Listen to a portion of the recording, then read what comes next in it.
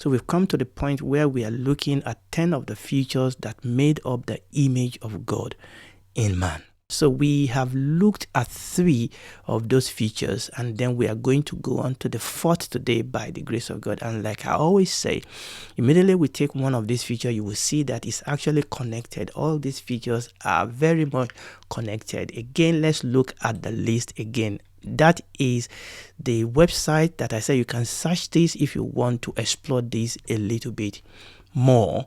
But then let's look at the 10 features. The fact that we can speak. Number 2, we can write. Number 3, we are creative. So we have looked at all these 3 already. Today we are going to look at God-given ability to humanity to reason. Number 4, by the grace of God, that is what we are doing today. Number 5, our capacity of free will. Number 6, our ability to choose between what is right and what is wrong.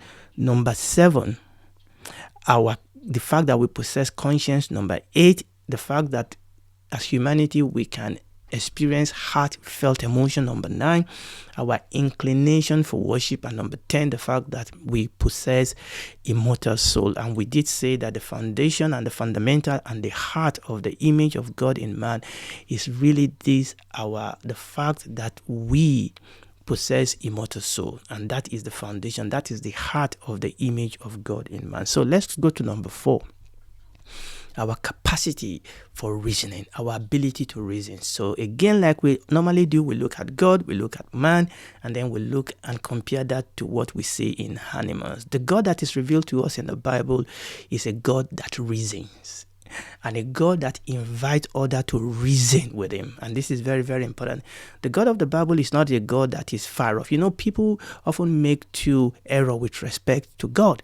There is one extreme where people put God out there so far away, he doesn't have any connection with us. He created the universe and then he allows that. God is so God-ish that we cannot reach out to him, we cannot connect with him. That is not the God of the Bible.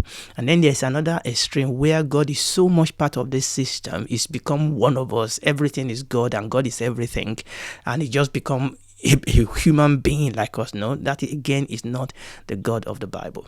The God of the Bible, he is a mighty God. He is the creator, but he has communicated something of himself, a measure of himself to his humanity, to his man, to his woman. And so the God that is revealed to us on the pages of the Bible is a God that reasons, and as such is a God that invites others to reason with him. Obviously, you know where we are going with this. We are going to read Isaiah chapter 1, verses 18 to 20. Come now, and this is the Lord speaking.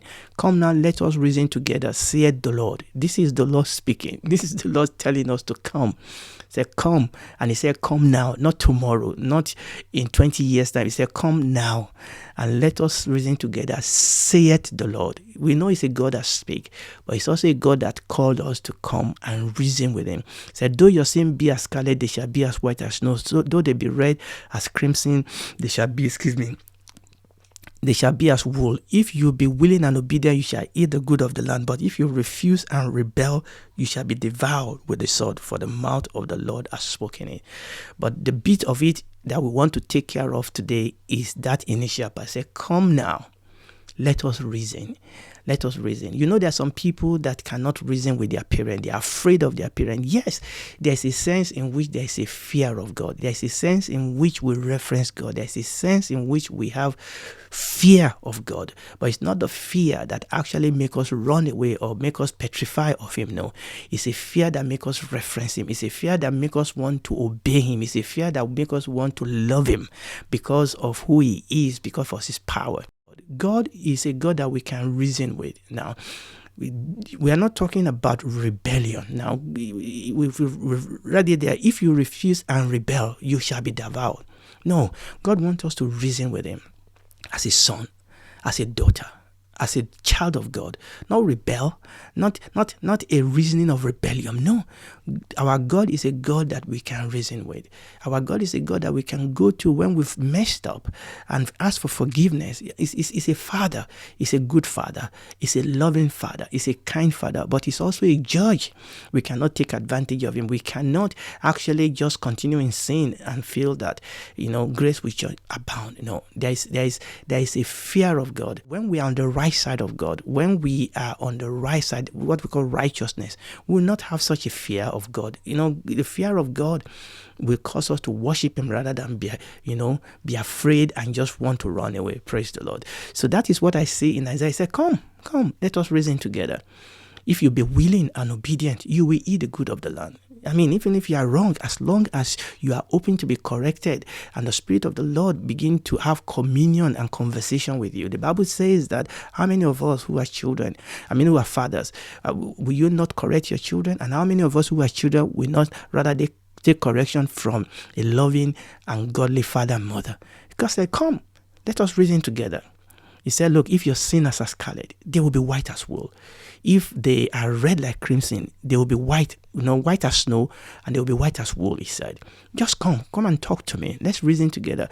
The problem is if we are unwilling. The problem is if we are disobedient. He said, if you are willing and obedient, if you are honest and you want to be taught, you want to grow, you will eat the fruit of the land. But the other side is also there, that if you refuse, if you rebel, you'll be devoured with sword. Will you rather be devoured? I guess not. You want to come. You want to cry to God. You want to run to him. Praise the Lord. So what we are saying, before I take a detour there, is the fact that the God that we see in the scripture is a God that reasons, and it's a God that invites us to reason with him. But let's read Micah. Micah chapter 6 verse 2, and we're going to read this in the Amplified.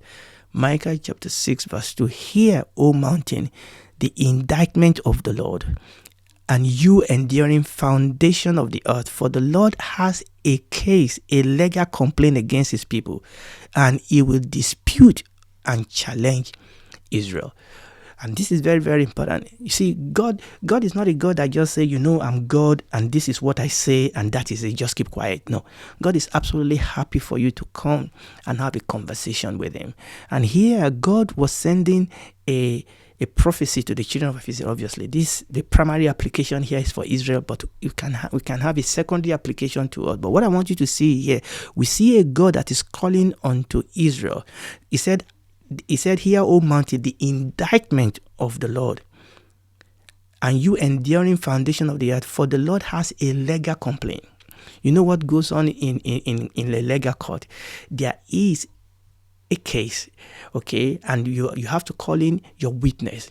You have to call in your witness, and you have to interrogate the witness of the other side. He said God has a legal complaint against you, against his people, and he will challenge them. You want them to come and have conversation with him. Unfortunately, many times Israel in those days, they were rebellious.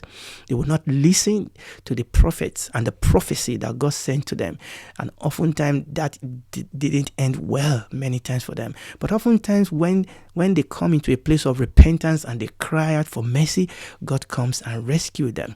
And it's the same thing that we are seeing here in the scripture. So our God, the God that we see in the scripture, is a God that we can reason with. Not to reason with him in the sense of having our way, because the will of God must be done. But we can talk to him. We can reason with him. And he invites us to come and reason with him. God, when we read the scripture, we see a God who from time to time permit man and invite the woman and invite humanity to reason with him. And you can see that all over the pages of the scripture. In Genesis chapter 18, we see Abraham reasoning with God about Sodom and Gomorrah. You remember that story. Sodom and Gomorrah, their sin has spilled over, and God was going to go and destroy them. And God sent 2 angels to go and destroy, or to go and see, and then ultimately call down judgment upon Sodom and Gomorrah. But on their way, there were 3 people. Now, it was 2 angels that ended up in Sodom and Gomorrah. But when they were coming and Abraham saw them, there were 3, because the third one is actually a theophany. It's a manifestation of of Jesus, not Holy Spirit. Now, it's the manifestation of Jesus in the Old Testament, what we call theophany. And Abraham entertained them, hospitalized them. The other 2 angels went on their way to Sodom and Gomorrah, and we know the end of that. Sodom and Gomorrah were destroyed, and Lot and his family were delivered. Well, the wife didn't make it. But the Bible says when the two left, that Abraham stood in the presence of the Lord and he started having this conversation. And you can see the reasoning. Abraham asking questions and said, God, what if there are this number of righteous? What are this number of righteous? Will you destroy them? And he went down, and the Lord was having this conversation back and forth with Abraham, because our God is a God that we can converse with. God has come into a relational, and this is very important, God has come into a relational fellowship with us, in a relational association with us, and he wants to talk to us. He wants to reason with us. Praise the Lord. And we see in Exodus chapter 4 again, we saw God having a conversation with Moses. This was when God, arrested Moses on the backside of the mountain when he was looking after the sheep of his father-in-law Jethro, and he saw the fire burning. The grass was not burning, but the fire was burning on it. Moses, wanted to see what is going on. The voice of the Lord came and said, take the sandal off your foot. Where you are standing is an holy ground. And God said, I want to send you back to Egypt. And then Moses didn't want to go. And then you see this beautiful conversation that was going on, and God having this conversation, Moses not being willing to actually go and do what God told him to do. And you see this back and forth conversation that was going on. God was not angry with Moses. God was having a conversation with Moses. As long as we are not a rebel, as long as we are not, disobedient, like we read in the book of Isaiah, God was having that conversation with Moses. What about in Job? The whole book of Job is full of conversation between Job and his three friends, and then finally there's another fourth friend that came and started speaking with Job. But we see the conversation that Job had with his friend, but most importantly is the conversation that Job then had with God, because in Job chapter 23 we saw that Job threw up a challenge to God and said, if only I can talk to him, if only there is a mediator, if only somebody can bring me and God into a room and have this conversation. But then something happened in Job chapter 28. We are talking about the God that is revealed to us in the Bible, who is a God that wants to reason with us, and who is a God that has invited us to converse with him. Now, Job has had great loss, and he didn't understand what was going on, and he was trying to get through to God. But then God appeared in Job chapter 38. Let's read verses 1 to 3. Job chapter 38 verses 1 to 3. Then the Lord answered Job out of the whirlwind and said, who is this who darkened counsel by words without knowledge? Now prepare yourself like a man. I will question you, and you shall answer me. Job wanted a conversation, and God gave him a conversation. Yes, Job was wrong, but God was not angry with Job. Okay, God came and God had a conversation. Job needed correction. Job didn't understand what was going on. Obviously, he was passing through a lot of pain, and God said, okay, come, let's talk. Okay, you are saying a lot of things without knowledge. You are not as big as you think you are. You don't know anything near as you think you know. So let me ask you some question. You answer me. Okay? Let's talk. Let's have this conversation, and you can go and read Job and see how that goes. And at the end of that, Job said, I repent. Lord, I'm sorry. I've uttered things that I don't know. I've said things that are too big for me. But it was so beautiful. Job having this conversation with God, or rather God having this conversation with Job. I have to say, to be sincere, for the most part, Job was just listening. Because he has said a lot of things out of tune. He was just listening for the most part. But you can see this conversation that God was having with Job. Hallelujah. And this is the God that we see in the scripture. Reasoning can be defined as the action of thinking about something in a logical, sensible way. So when we talk about reasoning, we're talking about thinking. You are thinking in a logical way. You are thinking in a sensible way. That is reasoning. So reasoning is connected with intelligence. Reasoning is connected with thinking. It is the ability to think logically and formulate fair judgment and justify a position. So you are thinking logically, you are formulating judgment, or you are justifying a position. We have to think for us to be able to formulate judgment, for us to be able to take steps, for us to be able to make progress. So in reasoning, we are thinking logically, and this is the ability that God has given us. God has given us this ability to reason, the ability to think logically, and therefore formulate fair judgment and then justify a position. It is about identifying, analyzing, and evaluating. We are identifying, we are analyzing, we are evaluating outcome. We are identifying, we are analyzing, and we are evaluating outcomes. And this is important because the truth is that every single day you and I have to make decisions. We have to make decisions. Some of these decisions are life decisions. Some of those decisions are very important decisions. Some of them are little decisions. Maybe little decision about what do I eat today? What do I wear today? I mean, you may think they are little, but they can be important. But they are also very big decisions. Who do I marry? Where do we live? Should I be saved?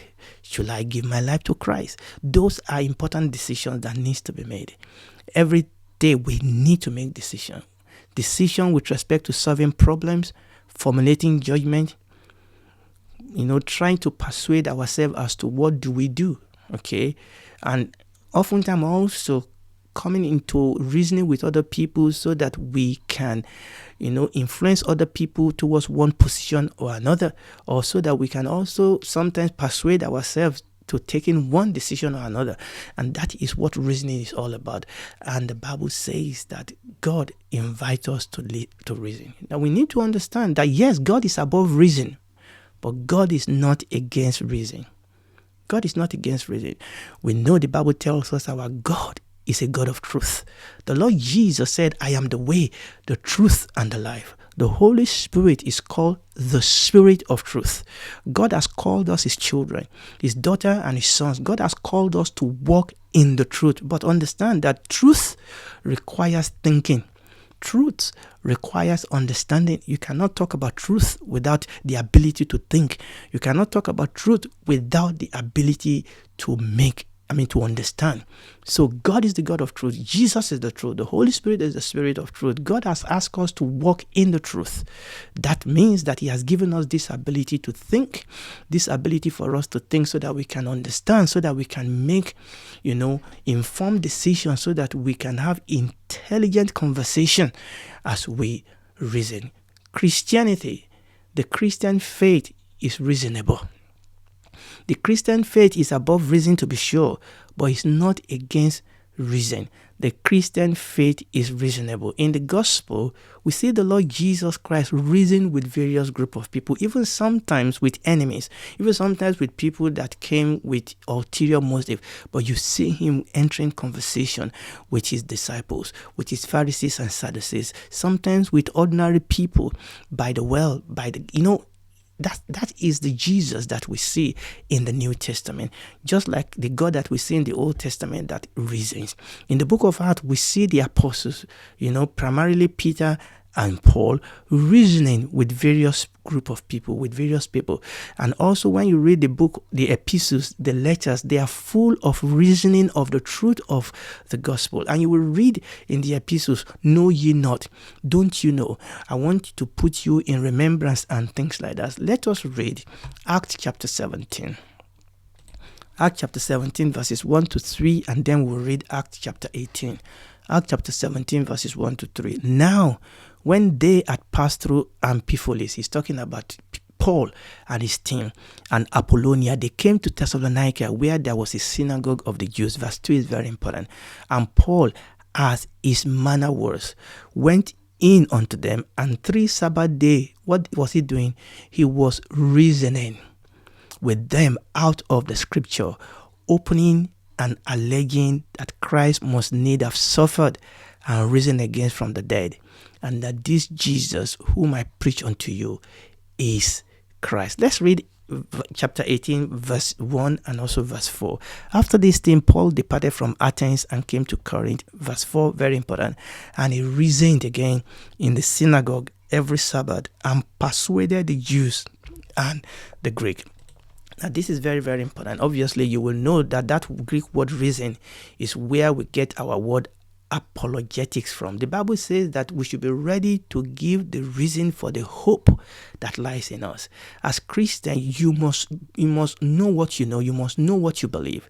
Our faith is reasonable. Now, it's above reason. In fact, it is more reasonable to believe in God than not to believe in God. It is more reasonable to believe that God created the universe than to believe that this thing just came out of accident. Actually, it is more reasonable. Now, you may not totally be able to explain it, but it is more reasonable. Oftentimes, most of us make decisions not because we've reasoned it through, completely. No. Sometimes we make decisions to say, you know what? I have two sides here. Okay, what is it? What's the positive and negative on this side? What's the positive and negative on this side? And you weigh it in balance and you say, you know what? It is reasonable to go this way. And that is the way we make decisions. It is reasonable to believe in God. It is reasonable. Okay, it is reasonable. And we see here, like I said, over and over again, the Bible, not these two scriptures that we read, that word there that Paul, as his manner was, a reason. And that is what we call apologetics. Apologetics is not you apologizing. Apologetics is you bringing reason for your faith. This is the reason why I believe. Okay, this is the reason why I believe. This is the reason why I'm a Christian. Hallelujah. And we see here that Paul was reasoning. It's not just reasoning and saying, no. Christianity is logical. Christianity is based on historical fact.